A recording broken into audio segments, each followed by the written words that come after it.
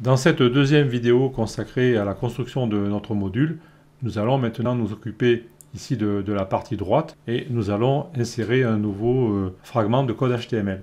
Je retourne dans l'éditeur de code, ici, au niveau du fichier index.html et au niveau du container module sub2, c'est-à-dire ici, je vais rajouter un bloc de code HTML que j'ai préparé.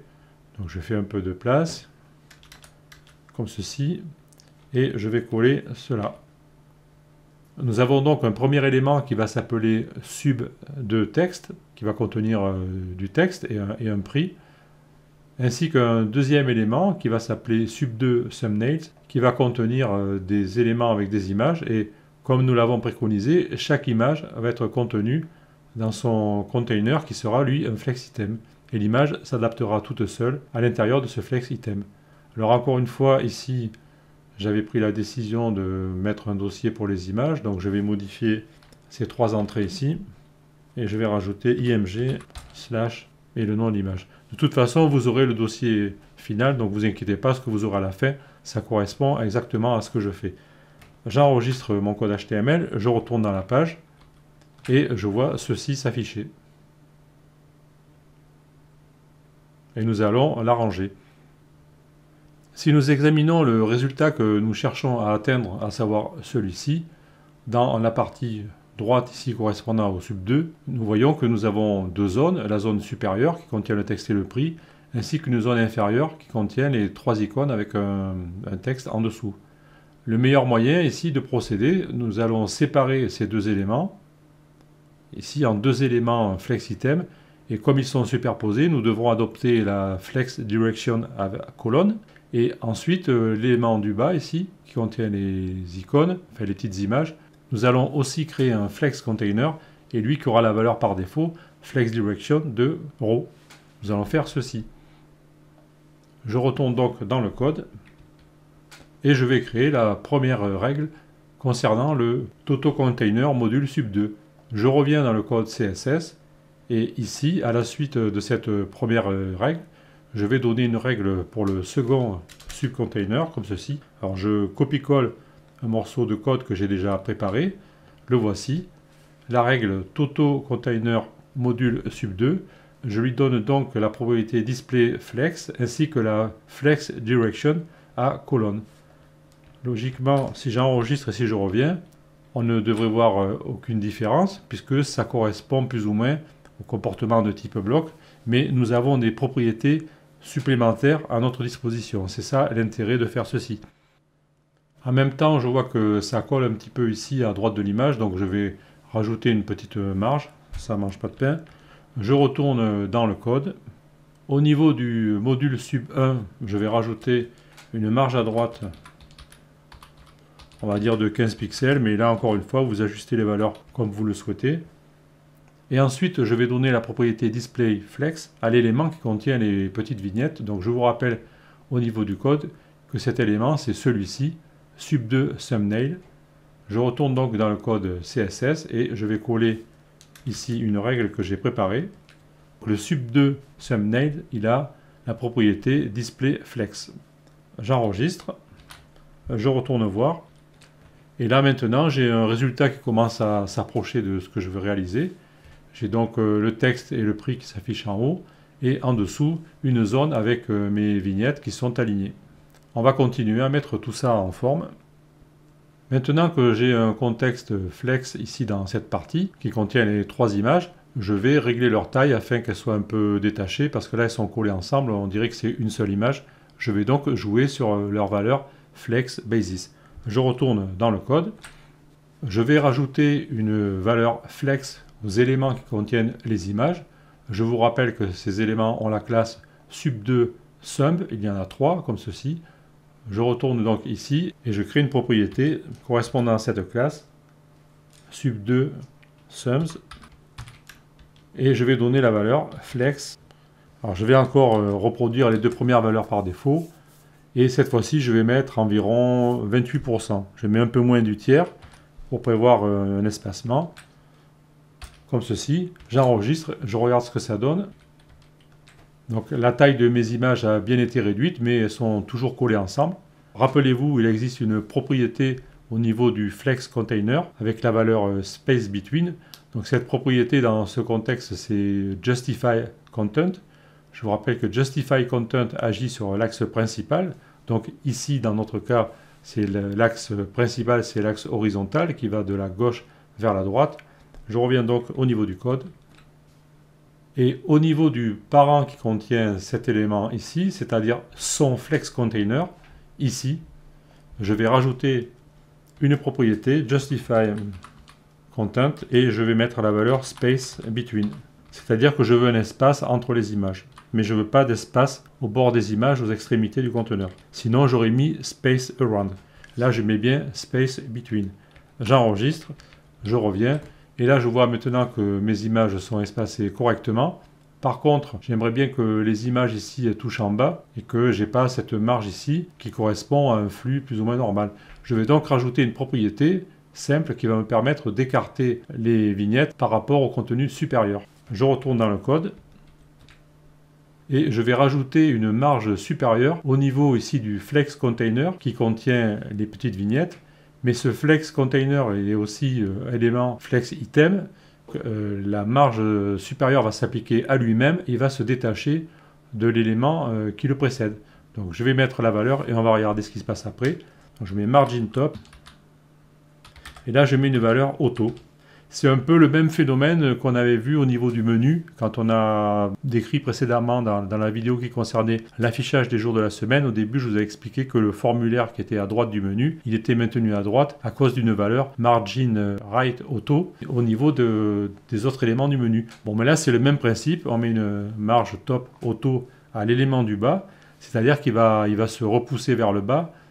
Il va se détacher de l'élément qui le précède pour aller toucher le bas. J'enregistre. Je retourne sur la page et là maintenant je vois que mes éléments sont bien calés en bas. Si j'inspecte le code ici avec un clic droit, examiner l'élément, et si je me positionne ici sur l'élément qui contient les trois vignettes, je vois que l'image s'applique ici en jaune. Si j'avais très peu de texte, imaginons que je ramène le texte à un seul mot ici, comme ceci, donc j'efface tout. Donc là, je vois que le texte a été réduit. Maintenant, si j'interroge à nouveau le sub2 thumbnail, je vois que la marge a augmenté en jaune ici, elle est plus importante. Je le vois ici, elle est décrite en jaune. La marge est plus importante et s'est adaptée automatiquement. Quel que soit le contenu de texte au-dessus d'elle, elle va chercher à se repousser de lui pour atteindre le bas. C'est comme ça que ça fonctionne. Si j'augmente le texte de la même manière, on va voir ce qui se passe. Alors là, je vais recharger pour avoir le texte que j'avais. Je vais augmenter le texte.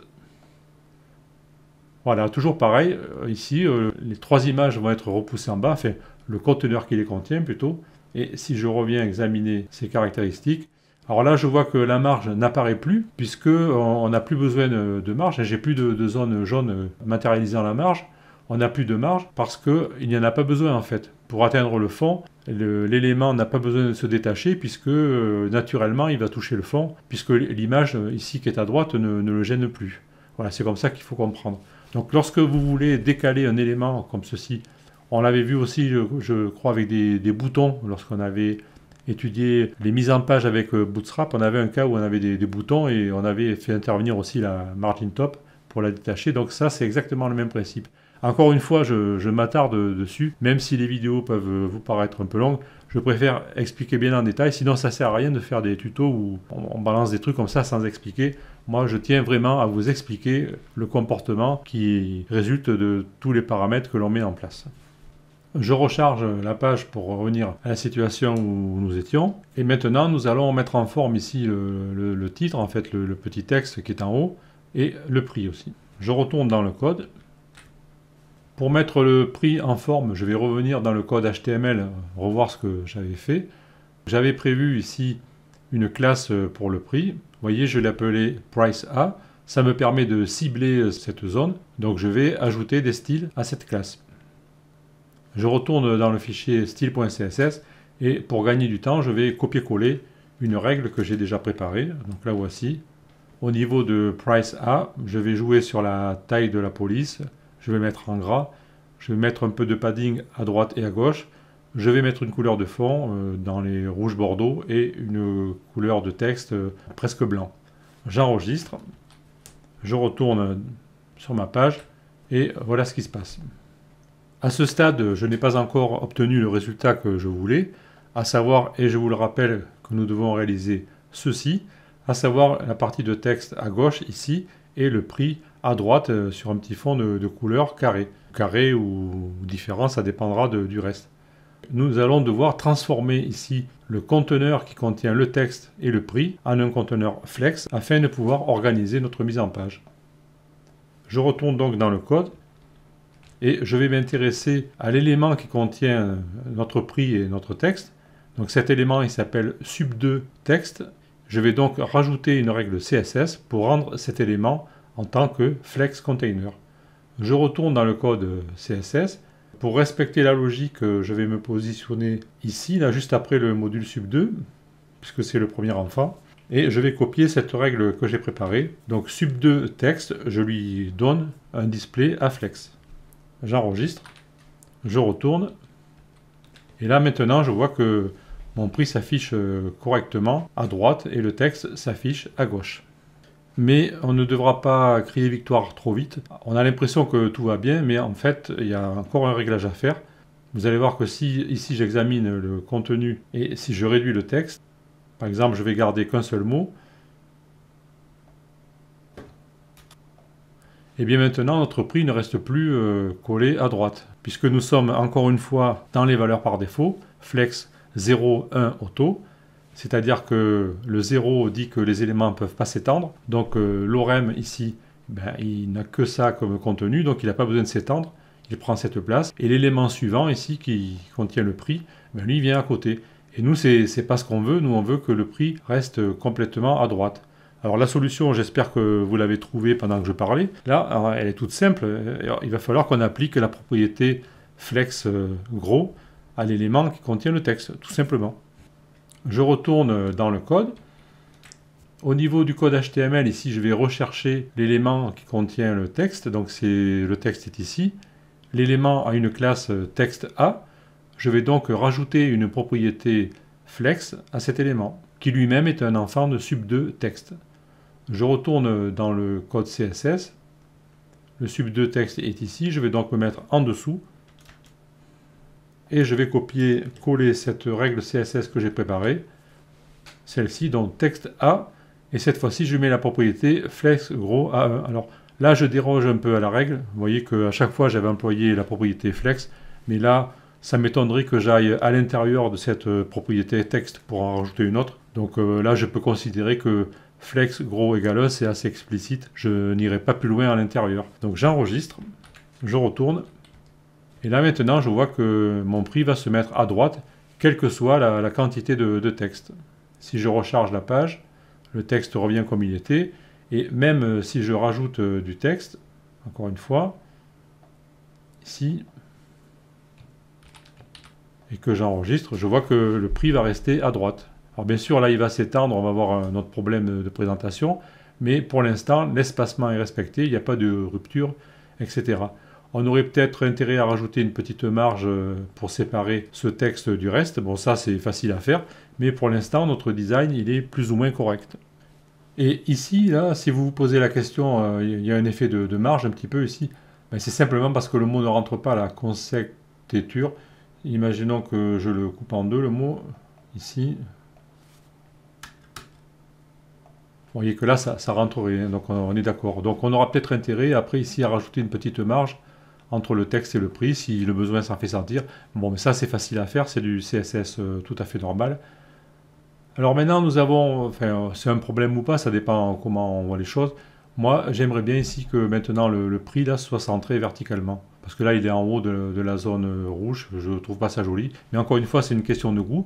Mais on va pouvoir régler ça facilement en faisant passer ce conteneur ici, encore une fois, avec la propriété flex.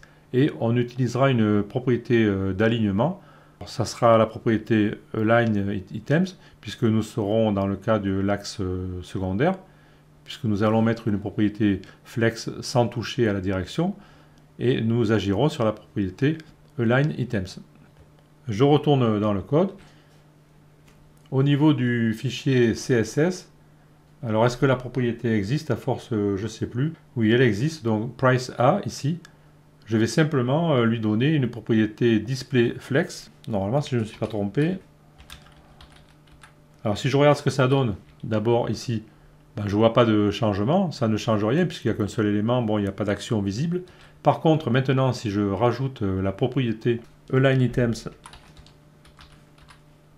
à center, je vous rappelle que align items agit sur l'axe secondaire, donc dans notre cas, c'est l'axe vertical. J'enregistre, je reviens, et maintenant je vois que le prix est centré verticalement par rapport à ma zone rouge. Et donc si nous rechargeons la page pour avoir des quantités de texte, disons, plus cohérentes, on va avoir un prix qui s'affiche tranquillement comme ça. Donc là on s'approche, on commence bien à s'approcher de notre solution terminale. Nous allons terminer cette présente vidéo et je vais donc vous donner rendez-vous dans la vidéo suivante pour continuer notre progression. Donc à tout de suite dans la vidéo suivante.